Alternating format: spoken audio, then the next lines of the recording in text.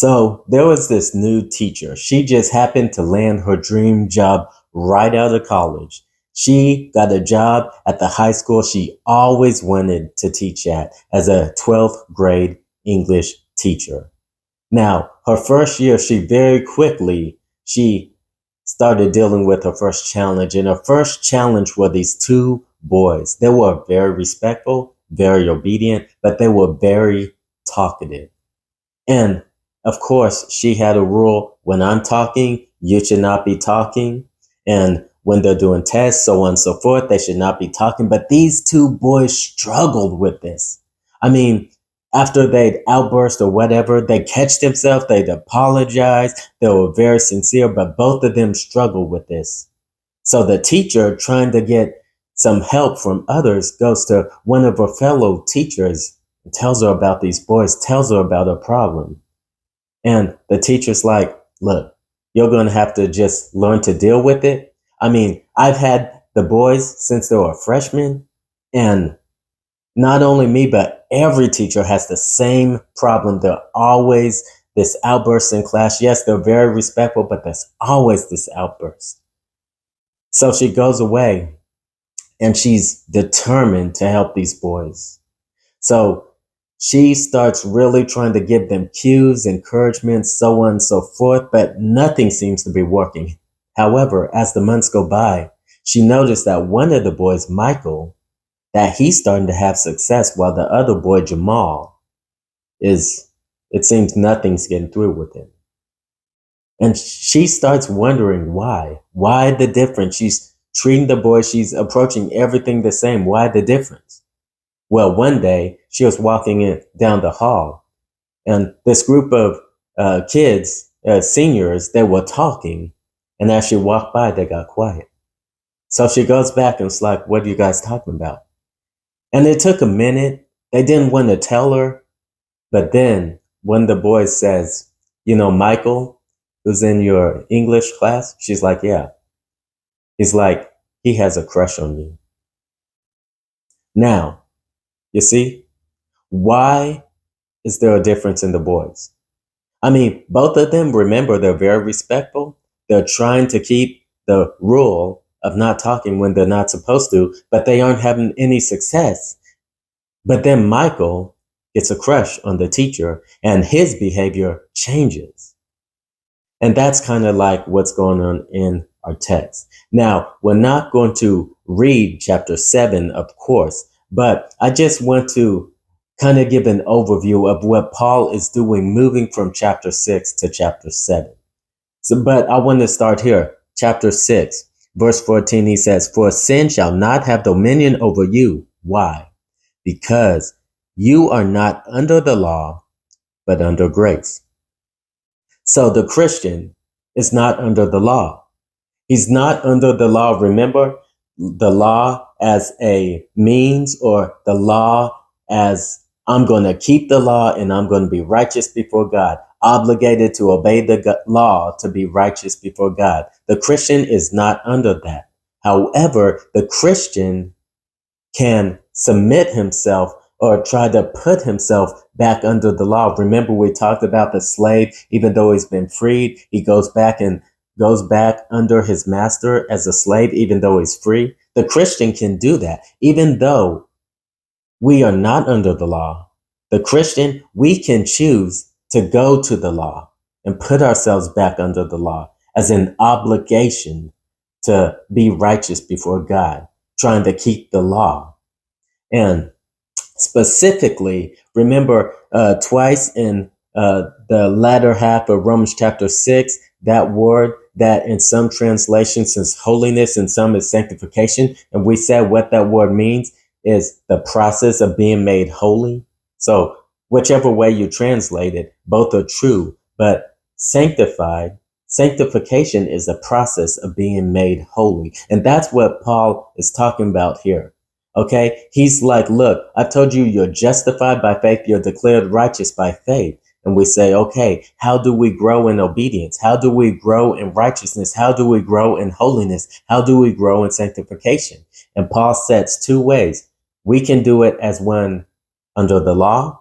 Even though we're not, we can put ourselves under the law is a means to be sanctified, a means to be made holy. We go to the law to be made holy. We go to the law to obey God. We go to the law to be righteous. We put ourselves under the law. Or we can go and do it as one under grace. And rather than going to the law to be sanctified, to be made more holy, we do it as one under grace. And we're just amazed by the grace of God. And because of what our loving master has done, we submit ourselves as slaves to him. And he's changed our heart. Remember, thanks be to God, we've been obeyed from the heart, the form of doctrine to which we're delivered.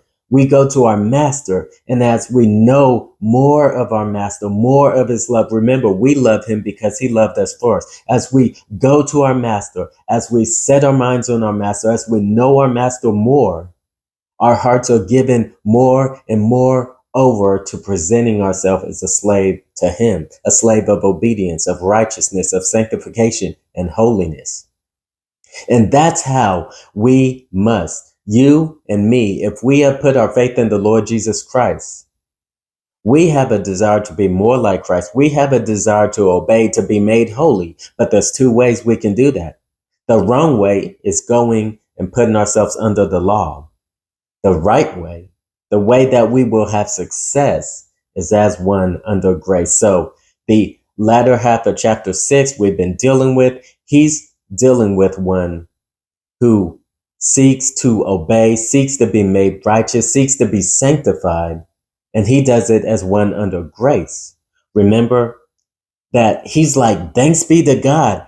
I mean, his mind is on his master. He's giving thanksgiving to his master who has changed his heart and handed him over to this lifestyle of obedience unto him. He submits himself as a slave of his loving master. That's approaching obedience, sanctification by grace. Sanctification, that process of being made holy. However, in chapter 7, he begins speaking of the Christian who tries to be sanctified or made holy and obey by going and putting himself under the law. Now, we're not going to read chapter 7, of course, but in chapter 7, there's 25 verses. The word law or commandment is used 28 times. So you see that this chapter 7 is dominated by the law. What is Paul doing? He said, look, I told you in chapter 6, look, sin will not have dominion over you. So he's talking about, remember, presenting your members as weapons of righteousness to God and not as weapons of unrighteousness. He's talking about your sanctification. He's talking about your obedience as a Christian. And he says, look, Christian, you're not under law, you're under grace. So you need to pursue your obedience as one under grace. But he's like, don't make the mistake I made, because we'll see in chapter 7, Paul uses himself as an example. He's like, don't make the mistake I made and go and put yourself under the law and think you're going to be sanctified and made holy by that. Don't make that mistake. Christian, you're not under the law. You're under grace. So you pursue your obedience. You pursue your sanctification as one who is under grace, not as one under the law. So remember, now we go back to our little illustration at the beginning. We had Michael and Jamal. Both of them were trying to keep the law of not talking when they're not supposed to. But why did Michael start having more success? Because he started approaching it differently.